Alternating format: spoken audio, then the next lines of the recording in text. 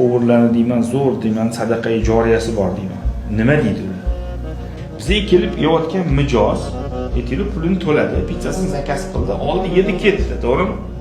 Shu narsani zo'r qilib, to'g'ri qilib, aynimagan narsa bilan yoki yaxshi mahsulotni, sifatli mahsulotni pishirib berish bu bir yo'li. Ham bundoq qilib pishirib berish ham bir yo'li. Haligi mijoz uni bilmaydi, yeb o'tirgan odam. Tushunasizmi? Lekin pastda povurlar uni cho'tki qilib berganda, u o'ziga bir qanaqadir savol. Tushunasizmi? Uni hech kim bilmaydi, men ham bilmayman. Klient ham bilmaydi, boshqa faqatgina povur o'zi biladi.